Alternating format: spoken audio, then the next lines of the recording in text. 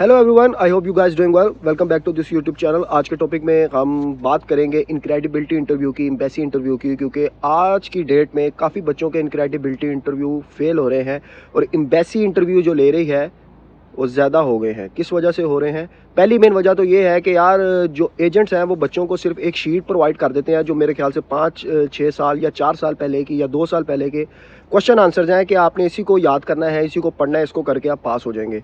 और बच्चा इनक्रेडिबिलिटी इंटरव्यू को लेता है कि एग्ज़ाम, क्योंकि जूम पे हो रहा होता है या किसी भी तरह से हो रहा होता है, तो आपके सामने एक टीचर बैठा होता है जो आपका इंटरव्यू कंडक्ट कर रहा होता है और बच्चा उसके सामने होता है पजल कि शायद मैं ये गलती कर दूंगा, वो गलती कर दूंगा तो मैं फेल हो जाऊंगा। इस इंटरव्यू के अंदर हम बात करेंगे वीडियो के अंदर कि कौन सी गलती आपने नहीं करनी और कौन सी गलतियां आप कर सकते हैं, तो नॉट अ बिग डील। जब भी आपका इंटरव्यू होगा आपसे आपकी स्टूडेंट आईडी पूछी जाएगी और पूछने का मकसद यह है कि उनको पता हो कि आपकी स्टूडेंट आईडी जो आपको यूनिवर्सिटी ने प्रोवाइड किया है, जो आपके कंडीशनल या अनकंडीशनल लेटर पे है यूनिवर्सिटी की तरफ से, वो आपका देखेंगे, आपका नाम पूछेंगे, आपकी डेट ऑफ बर्थ पूछेंगे, आपके वालिद साहब का नाम पूछ सकते हैं, आप किस सिटी से हैं, किस कंट्री से हैं। ये चीज़ें पूछ के वो आपको थोड़ा सा रिलैक्स करने की कोशिश करेंगे, ताकि उनको भी पता हो कि आप शायद अगर किसी एजेंट की तरफ से या पता नहीं क्या समझ के जो पजल होके बैठे हुए हैं ऐसे, तो आप थोड़े से ऐसे हों, ठीक है, ताकि आपके अंदर से वो पता करें कि आप जेन्युइन हैं या सिर्फ आपने कोई रट्टा लगाया हुआ है। तो ये रट्टा लगाने की ज़रूरत नहीं है। खैर, बच्चे इसी वजह से जो है ना इस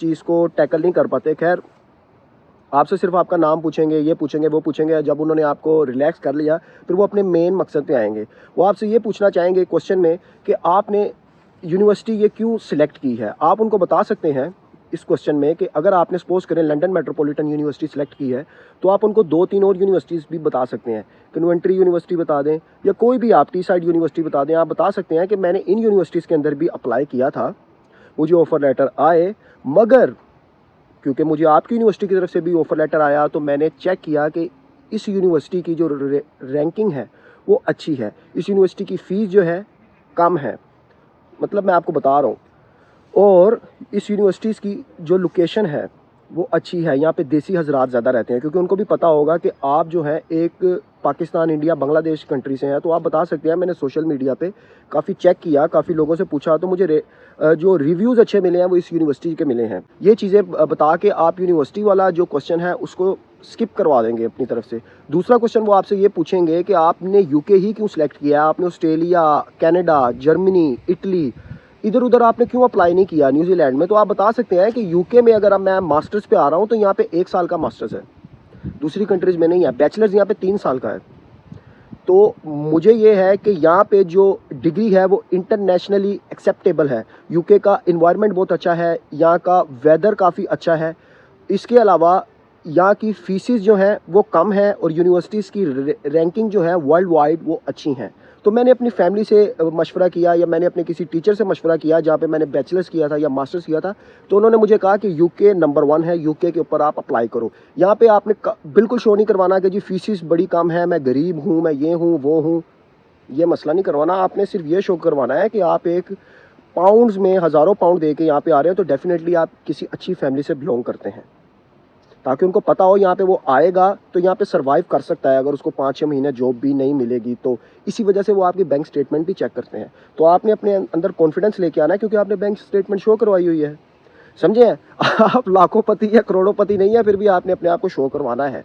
और वो बच्चे जिनके ऑलरेडी स्टेटमेंट जेन्युइन है, सब कुछ जेन्युइन है, तो डेफिनेटली उनके अंदर तो खुद ही कॉन्फिडेंस आ जाएगा। पता नहीं फिर भी नहीं आता, तो मुझे नहीं समझ लगती क्यों आप लोग ऐसा करते हैं यार। फिर मैसेजेस भी आते हैं मुझे, अभी 2-4 दिन पहले भी मुझे इंस्टाग्राम पे मैसेज आ रहा था, जी मेरा इनक्रेडिबिलिटी इंटरव्यू फेल हो गया है, सेकंड अटैम्प्ट मिलेगी या नहीं मिलेगी। मैंने इस पर पहले भी वीडियो बनाई थी, क्यों फेल हुआ है आपका, बता रहे जी मैं बड़ा नर्वस थी, मैं ये थी, वो थी, मेरी बहन ही थी कोई। खैर छोड़े, वो आपसे मॉड्यूल का पूछेंगे, मॉड्यूल आपके सब्जेक्ट्स हैं, आपको पता हो कि आपके मॉड्यूल क्या है। 2-4 आपको पता हो कि यार ये मेरे मॉड्यूल्स हैं। कुछ 6-7 आपको ना भी याद हो तो बड़ी बात नहीं है।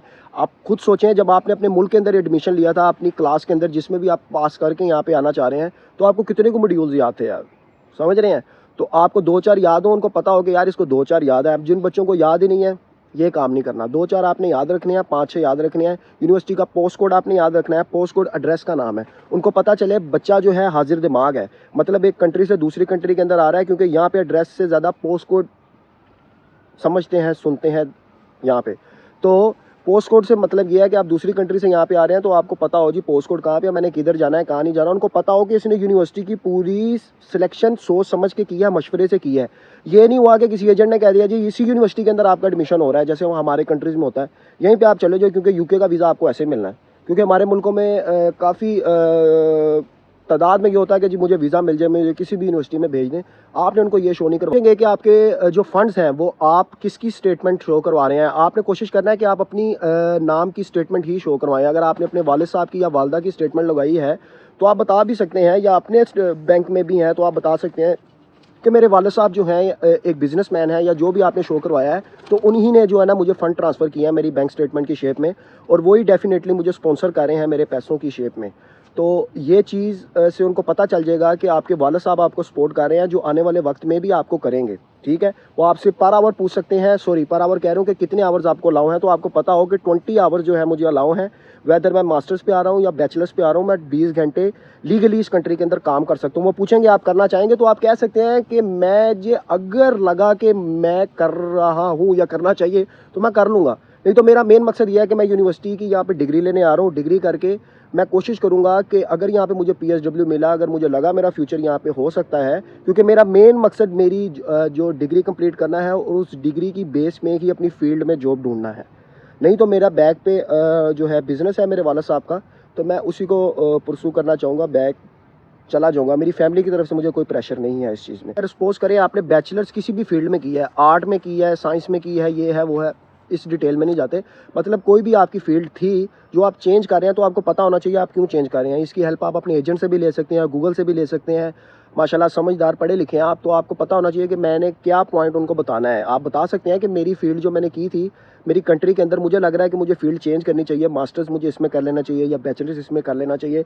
मेरी फैमिली की तरफ से भी प्रेशर है कि यार अपनी फील्ड चेंज करो, दोस्तों की तरफ से भी, या मैंने खुद भी सोचा है तो इसलिए मैं चेंज कर रहा हूँ। बड़ी ईजिली इसको लेना है, डिटेल में नहीं जाना, पैराग्राफ नहीं सुनाने, ताकि वो अगला बंदा समझे यार देखो इसकी अपनी लाइफ का जो है इसने डिसीजन लिया है तो सिर्फ हमें बता रहा है ना कि जता रहा है, एक्सप्लेनेशन दे रहा है। जितनी एक्सप्लेनेशन देंगे काम ख़राब होगा। इसको एक हलवा टाइप इंटरव्यू समझना है, क्योंकि उन्होंने सिर्फ आपसे डिटेल्स आपकी पूछनी है, पता करना है कि आप जेन्युइन है। जब आप इन क्वेश्चन का आंसर दे के जेन्युइन पता हो जाएंगे तो फिर नॉट अ बिग डील, फिर आप इसको इजीली टैकल कर लेंगे। इनक्रेडिबिलिटी इंटरव्यू के यही मेन क्वेश्चंस हैं जो आपको पता लग गए हैं, और इसमें अगर आपको कोई क्वेश्चन नहीं समझ आता, मेजॉरिटी जो होता है वहाँ पे आपको पाकिस्तानी, इंडियन या बंगाली ही आप लोगों का जो है ना इंटरव्यू कंडक्ट करेंगे। अगर कोई गोरा भी आ जाता है, गोरा या गोरी, तो आप उसको कह सकते हैं पार्डन का मतलब ये है कि आप उसको बता रहे हैं कि मुझे क्वेश्चन समझ नहीं आया, वो खुद ही ऑलरेडी रिपीट कर देगा इस क्वेश्चन को, या आप उसको कह सकते हैं कि आप काइंडली क्वेश्चन रिपीट कर दें। तो नॉट अ बिग डील, इससे कोई भी इम्पैक्ट नहीं पड़ेगा इस चीज़ का कि आपने 2-3 दफ़ा उसको कह दिया। उनको पता है कि आपकी जो मदर लैंग्वेज है वो इंग्लिश नहीं है, बंगाली है, नेपाली है, पंजाबी है या उर्दू है। नॉट अ बिग डील यार। अब चलते हैं एम्बेसी इंटरव्यू की तरफ। वो किन बच्चों को आता है, क्यों आ रहा है और उसको कैसे टैकल करना है। एम्बेसी इंटरव्यू आता है ना, एम्बेसी इंटरव्यू भी 100 जो परसेंट जो हम कह सकते हैं वो यूनिवर्सिटी इंटरव्यू के ही क्वेश्चंस होते हैं, इनक्रेडिबिलिटी इंटरव्यू के। बस एम्बेसी को ये होता है कि शायद वो कोई क्वेश्चन जो है यूनिवर्सिटी ने डिटेल से नहीं पूछा, या उनको एक्सप्लेनेशन चाहिए थी किसी क्वेश्चन की स्टूडेंट की तरफ से जो यूनिवर्सिटी नहीं पूछ सकी, जो टीचर ले रहा था, तो इस वजह से वो दोबारा कंडक्ट करते हैं। सेम क्वेश्चन ही और जो है ना होते हैं, और वो ऐसे ही आपका प्लान करते हैं। आपसे पहले आपका नाम पूछेंगे, वालदैन का नाम पूछेंगे, आपकी सिटी पूछेंगे, आपको ऐसे ही कंफर्ट जोन में लाएंगे, और उसके बाद जो उनके जो दिल के अंदर जो क्वेश्चन है वो आपसे पूछेंगे और आपको पता भी नहीं चलेगा। खैर, इसको भी आपने ऐसे ही टैकल करना है। अगर आपको एम्बेसी का इंटरव्यू आ भी जाता है तो नॉट अ बिग डील। आपने अगर इनक्रेडिबिलिटी इंटरव्यू पास किया है तो एम्बेसी का इंटरव्यू पास करना कोई बड़ी बात नहीं है आपसे। यही क्वेश्चन आपसे पूछे जाएंगे, बस आपने इसको एक इंटरव्यू की तरह लेना है। और आपने फीसिस दी हुई हैं, आपने जो है अपनी बैंक स्टेटमेंट जो ऑलरेडी रखवाई हुई है यूनिवर्सिटी की तरफ से, आपको कैश लेटर मिल गया है, कंडीशनल लेटर आपके पास है, अनकंडीशनल लेटर आपके पास है, बस टिकट कराने की देर है। तो जब एम्बेसी का इंटरव्यू आएगा, इस वीडियो को दोबारा देख लीजिएगा, फिर थोड़ी सी अपनी प्रैक्टिस कर लीजिएगा। Not a big deal. Interview को इंटरव्यू की हद तक लीजिएगा, अपने सर पे सवार ना कीजिएगा। तो एम्बेसी का इंटरव्यू भी आपको कुछ नहीं कहने लगा। और फिर अगर आपने देखना है कि यूके का इमिग्रेशन आपने कैसे टैकल करना है, तो मैंने वीडियोस ऑलरेडी अपलोड की हुई हैं। अगर आप देखेंगे तो काफ़ी बेनिफिशियल आपके लिए होंगी। उम्मीद करता हूँ ये वीडियो आपके लिए बेनिफिशियल थी। अगर आप को अच्छी लगी हो तो इस यूट्यूब चैनल को सब्सक्राइब करना ना भूलिएगा। कोई बात पूछना चाहते हैं तो मेरे इंस्टाग्राम पे जाके आप पूछ सकते हैं। फिर होगी मुलाकात एक नई वीडियो के साथ। Good bye, see you.